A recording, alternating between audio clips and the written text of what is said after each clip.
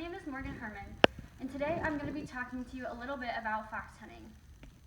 According to Fox Hunting in America, fox hunting originated in the British Isle and was later brought over to the United States. Since fox hunting has been brought to the United States, we try to follow as many of the traditions as possible. We continue to yell tally ho when game has been spotted, and we still respect the over 200-year-old hierarchy. The first thing you need to do before going out on a hunt is dress yourself. First, you need to be wearing these tan pants called breeches. They are English riding pants. The next thing you need to do is put on a long button-up sleeved shirt and put this yellow vest over top of it. Once you have all that, you need to put on your hunt coat, which is this.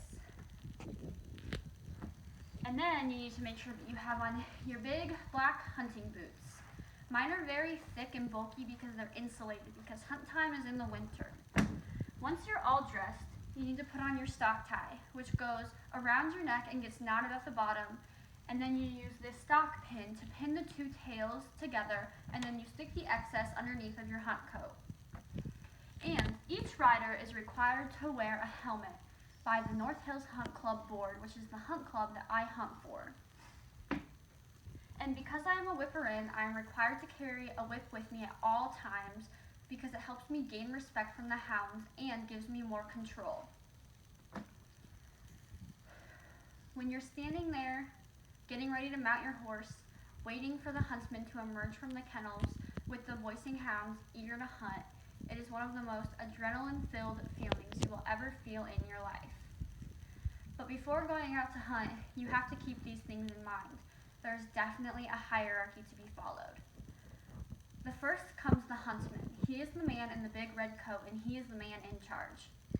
He has control over the hounds and all of the staff members riding as well.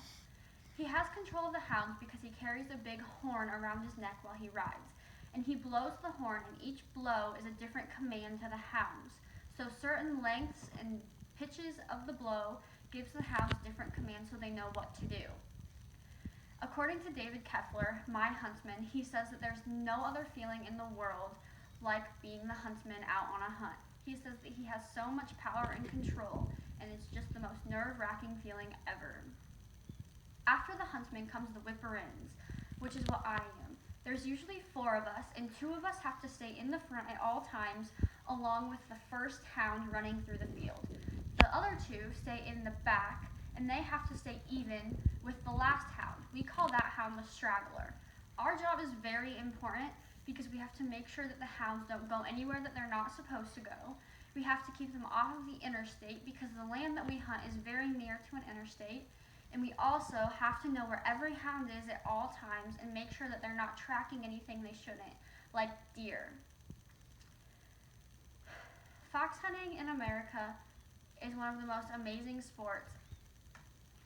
And the last tradition that we try and follow is making sure that we yell tally ho when game has been spotted.